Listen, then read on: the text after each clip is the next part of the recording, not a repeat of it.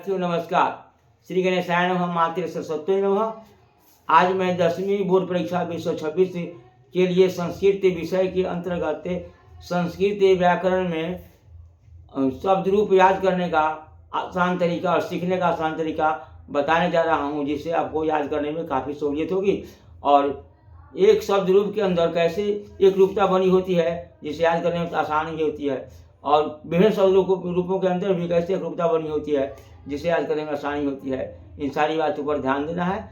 मैं मन लगा के आपको बताता हूँ, आप मन लगा कर इसे समझेंगे तो अवश्य सफलता मिलेगी।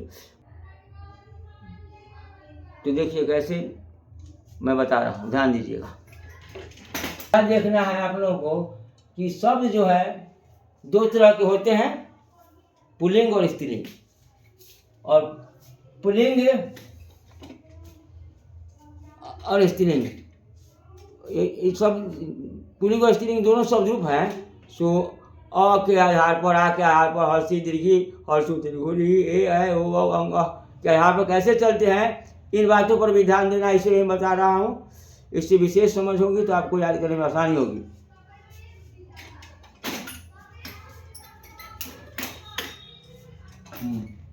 देखिए इसे पुल्लिंग है, पुल्लिंग में बालक, बालक और लगा हुआ है तो आकारांत पुल्लिंग कहलाएगा। लता में स्त्रीलिंग है, आ लगा हुआ है, लता आकारांत स्त्रीलिंग कहेगा। मुनि में हर्षिकार होता है तो मुनि हर्षिकारांत पुल्लिंग कहलाएगा। इसी दीर्घी में नदी में दीर्घिकार होती है तो स्त्रीलिंग शब्द है तो दीर्घिकारांत स्त्रीलिंग कहेगा। साधु में हर्षुकार होता है तो अंत में उ लगा है साधु तो हर्षुकारांत पुल्लिंग कहलाएगा।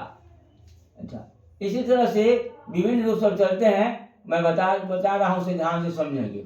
और इसके बाद एक बात और समझ लीजिए, कारक और विभक्ति की समझ।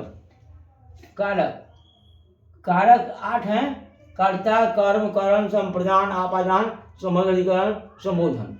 इन्हें विभक्ति में बांटा गया है। पहला है प्रथमा विभक्ति, द्वितीय विभक्ति, तृतीय विभक्तिकरण, चतुर्थी विभक्ति संप्रदान, पंचमी अवतारण विभक्ति, षष्ठी संबंध विभक्ति और सप्तमी अधिकरण। संबोधन में अश्विन नहीं लगता है, संबोधन ही कहलाता है। सबका चिन्ह यहाँ दिया हुआ है। कर्ता का चिन्ह है 0, शून्य ने, कर्म का को, कर्म का से, द्वारा, संप्रदान को के लिए, आपादान से, संबंध का के की, रारे भी होता है और मे पर भी होता है, संबोधन ए अरे होता है। तो देखिए बालक जो है, बालक शब्द रूप में बता रहा हूँ। वचन देखिए 3 वचन होते हैं: एक वचन, द्विवचन, बहुवचन। एक को एक वचन कहते हैं, 2 को द्विवचन कहते हैं, और 2 से अधिक को 3 या 4, 5, 6, 7 ही सब करोड़ लाख भी रहेंगे तो वे बहुवचन कहलाएंगे। प्रथमा विभक्ति, द्वितीय विभक्ति वाली मैं बता चुका हूँ। यहाँ पर कारक यहाँ पर चलते हैं तो प्रथमा में बाल चलेगा बालका, बालको, बालका। प्रथमा एक वचन, द्विवचन, बहुवचन। द्वितीय एक वचन बालकम, बालको, बालकान। तृतीय बालके, बालकाभ्याम, बालकै।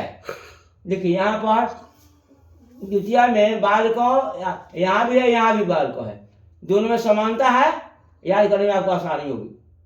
अब आगे बढ़िए। तृतीय में लिखिए बालकेन, बालकाभ्याम, बालकेन, बालकेन, बालकाभ्याम, बालकै।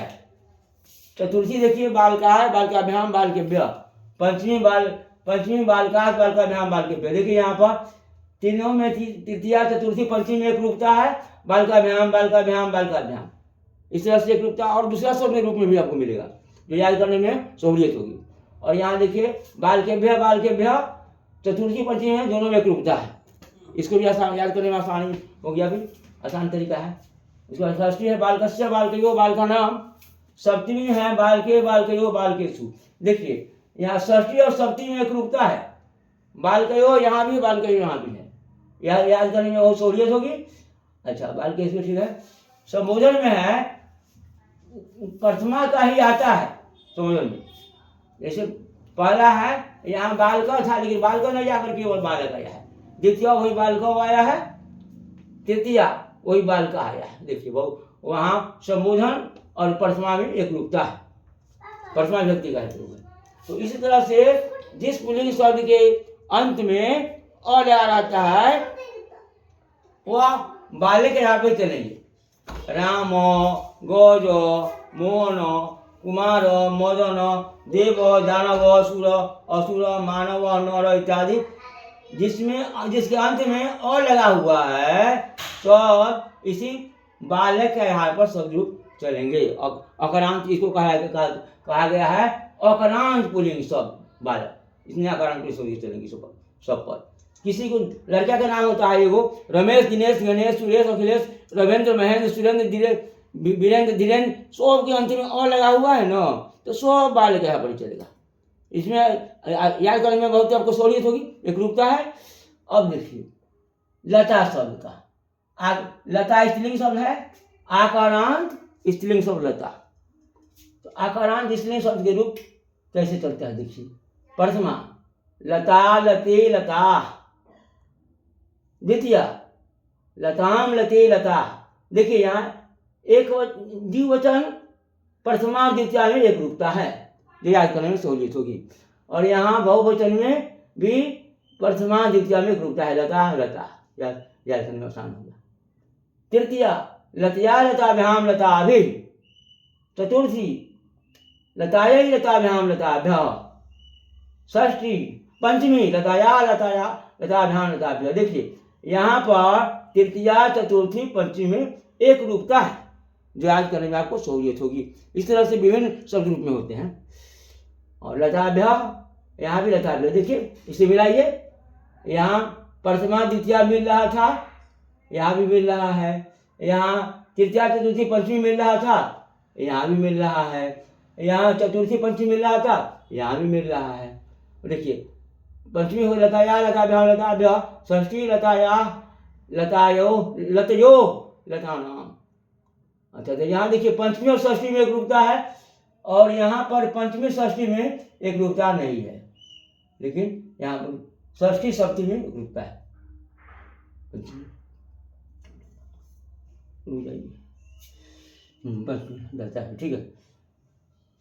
ठीक है। षष्ठी लताया, लतयो, लतानाम। सप्तमी लतायाम, लतयो, लतासु। षष्ठी और सप्तमी में यहाँ एक रूपता है, यहाँ भी षष्ठी सप्तमी में एक रूपता है।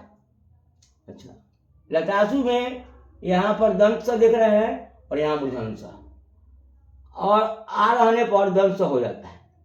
इसका न का व्याकरण में विशेष नियम है। अच्छा, उसके बाद देखिए संबोधन में हे लते, हे लते, हे लता। वही प्रथम व्यक्ति जब लता, लते, लता दिख रहे हैं, उसी में क्या गया, केवल लता का लती हो गया, और यहाँ वही रह गया, हे लते, हे लते, लता। यहाँ भी प्रथम व्यक्ति का प्रयोग होता है, इसे लिख दिया गया है। तो नोट में दिया हुआ है आपको, लता के आधार पर ही से सभी आकारांत स्त्रीलिंग, तो आकारांत इसके अंदर आ लगा हुआ है।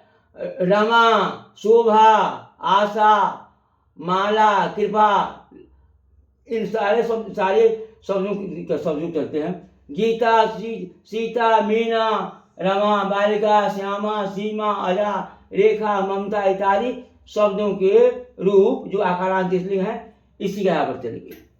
तो और मैं कुछ लिखा था, लेकिन बच्चा मिटा लिया, तो अभी समय नहीं है। फिर मैं उसके बाद डिमांड है, उसको मैं चित्रानुसार बनाया था, लेकिन बच्चा चित्र से मिटा दिया। तो अब दूसरे दिन बना के मैं आप लोगों को बताऊंगा, और मैं आशा करता हूं कि जैसे मैं ध्यान से पढ़ाता हूं, आप लोग ध्यान से पढ़ेंगे, और 100% सफलता मिलने के लिए मैं सरस्वती माता से गणेश जी से प्रार्थना करता हूं, आप लोगों को सफलता मिलेगी। इतना ही कह के मैं आप समाप्त करता हूँ। जय हिंद।